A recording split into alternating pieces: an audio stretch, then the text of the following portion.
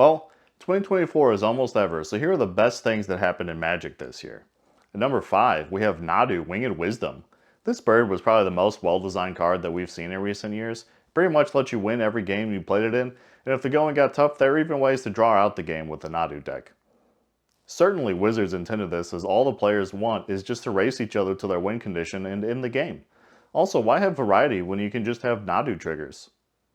Coming in at number 4 is the Beyond booster for Assassin's Creed. This thing was jam-packed with cards and lets you fill out your Assassin's Creed set with ease. 7 cards is definitely the correct amount, so you don't just have a bunch of extra cards laying around all the time. You also can't draft with them, so you don't have Reddit curmudgeons yelling at you for opening sealed product and not buying singles instead. Wizards also learned their lessons from the Epilogue booster by making the uncommons the only cards worth anything in the set since you get 20 of each of them.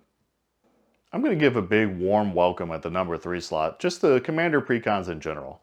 There are so many precons per set that are perfect for play, and players support the variety by buying one and leaving the other 3 per set to drop down in price so they're accessible to newer players.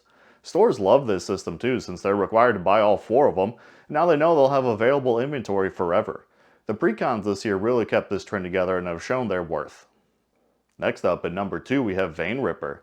This card was the best card for Murders at Karlov Manor for a time and even forced Pioneer to deal with a completely new strategy in its Vampires deck.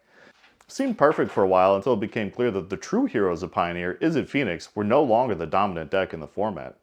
So Wizards did what they had to do in order to preserve the long-term status quo that is the best thing about Pioneer, and they banned Sorin Imperious Bloodlord so that Treasure Cruise could continue on with its greatness. If you aren't playing Treasure Cruise, you're not playing Pioneer. And finally, our number 1 item today is of course the One Ring. This card is the epitome of tentpoles. It's the namesake card for the Lord of the Rings set, and it's just a brutal power level. The problem was people were using it long.